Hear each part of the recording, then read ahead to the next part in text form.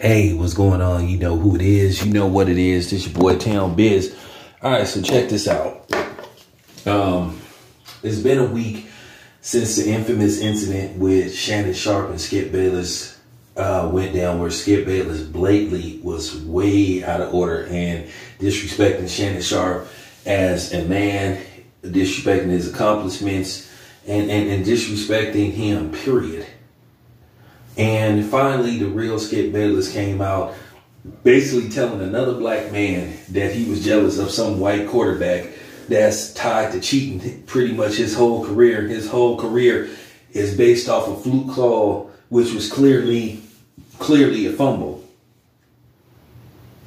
Now, to sit up there and say that Tom Brady is the greatest football player ever, well, that's highly debatable. You might can make an argument that he's the greatest quarterback ever, but the greatest football player, position for position, can't do that. Because I can make an argument that Lawrence Taylor might be the greatest football player ever. I can make an argument that Jerry Rice could be the greatest football player ever.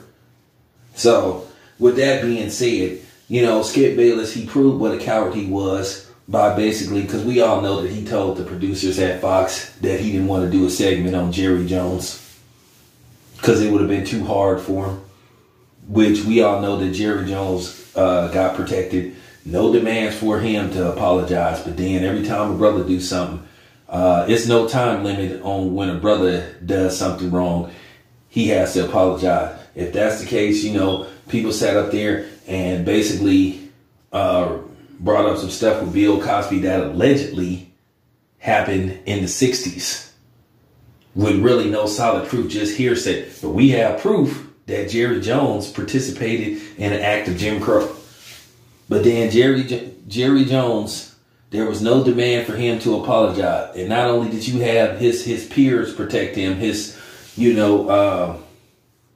members of the Mayonnaise Nation in the Powdered Milk Village protect him, you had a bunch of frontline Negroes protect him, like Stephen A. Smith, which I'm going to get to Stephen A. Smith in a minute. I'm going to do a video about him.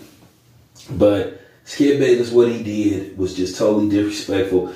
And he lucky that he didn't see, the five fingers. What did the five fingers say to the face? But like I said before, if Shannon Sharpe would have put his hands on Skip Bayless, it would have been over for him.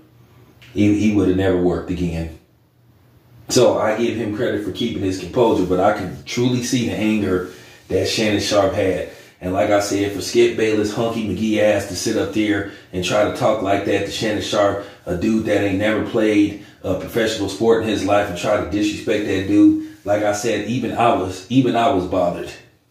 At the end of the day, Shannon Sharpe, a lot of people are on the fence about should they defend Shannon Sharpe, because a lot of people said Shannon Sharpe brought it on himself. And I understand the black man and black women that was like, what, F Shannon Sharpe. Hey, you guys have all the right to feel the way you feel. But me, myself, I'm sorry, I can't help it. I'm always be a black man first. And to see somebody like Skip Bayless do that to another black man over a white man, and trying to, tear down a black man on national TV for a white man, that bothered me. And once again, no pressure for Skip Bayless to apologize from his peers. So this is why a lot of times people don't respect mainstream, lamestream media. I see Stephen A. Smith didn't open up his big mouth to talk about that. And then the funny thing is, Skip Bayless just dissed him, saying that Shannon Sharpe was the best co-host he ever worked with. So what does that say? He said by far. And Stephen A. Smith still didn't respond. But Stephen A. Smith got all the smoke in the world for the brothers, though. But yeah, this is why I've always felt the way I felt about Skip Bayless. I said this for years when I first got on YouTube and said I always suspected that Skip Bayless was a suspect racist. No matter how much he tried to pretend how free-spirited liberal he is a racist. And he proved it. He solidified it. You know what I'm saying? That was case closed to pull that stuff. with Shannon Sharp. Now I know, of course, you're gonna have the detractors, the people that don't like me, and say, "Hey, Dale, hey man, why you gotta make this about race?" I don't think race has to say, "Oh, yes, it does. Oh, yes, it does." Look at Skip Bayless' history. How many nicknames have he came up with for the white boys that he may criticize? Not too many. But he always got a nickname for the brothers. And shout out to Yuckmouth for addressing that and calling Skip Bayless out on that too. For basically Skip Bayless being able to get away with that. Like I said before, Skip Bayless is an epic failure in sports. Look at his high school stats. And that's real. Epic failure. But he got the nerve to be trying to sit up there and try to talk down to Shannon Sharp, a man that played the game, the man that won 3 Super Bowls. Who's in the Football Hall of Fame. And then he gonna say, "So what?" I would have said, "Well, so what to you? What have you done?" Y'all gotta understand something. Stop falling for this facade and this gimmick that because a white man works with black people all the time, he likes black people. How long have white people been surrounding themselves around black people just to make money off of them and don't even share the money with them, give them like crumbs compared to them? It's not about them even giving the brother a slice of the pie. They give him like a piece of you know what I'm saying? They give him a crumb or a piece of the crust. Look at the margin. Jerry Jones is a billionaire. He may made some of his players millionaires, but he's a billionaire. Jerry Jones' net worth is around $9 billion. Dallas Cowboys worth $5 billion. So there you have it. But once again, no demand for Skip Bayless to apologize to Shannon Sharp. It's never no demand to apologize to a black man because, like I said, we supposed to just take it. Just be like,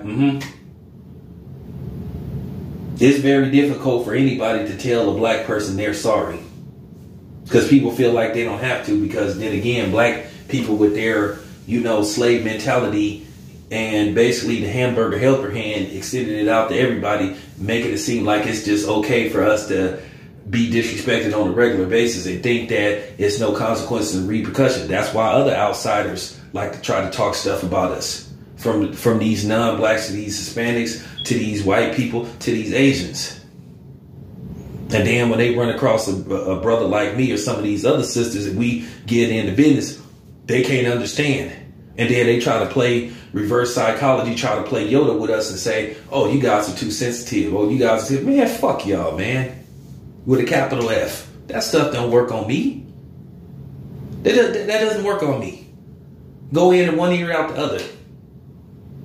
Just like when we try to explain to y'all the plight that we go through as black people, going one ear and out the other. Once again, you don't have the right, especially if you don't look like me, to tell me what I think is racist and what isn't racist.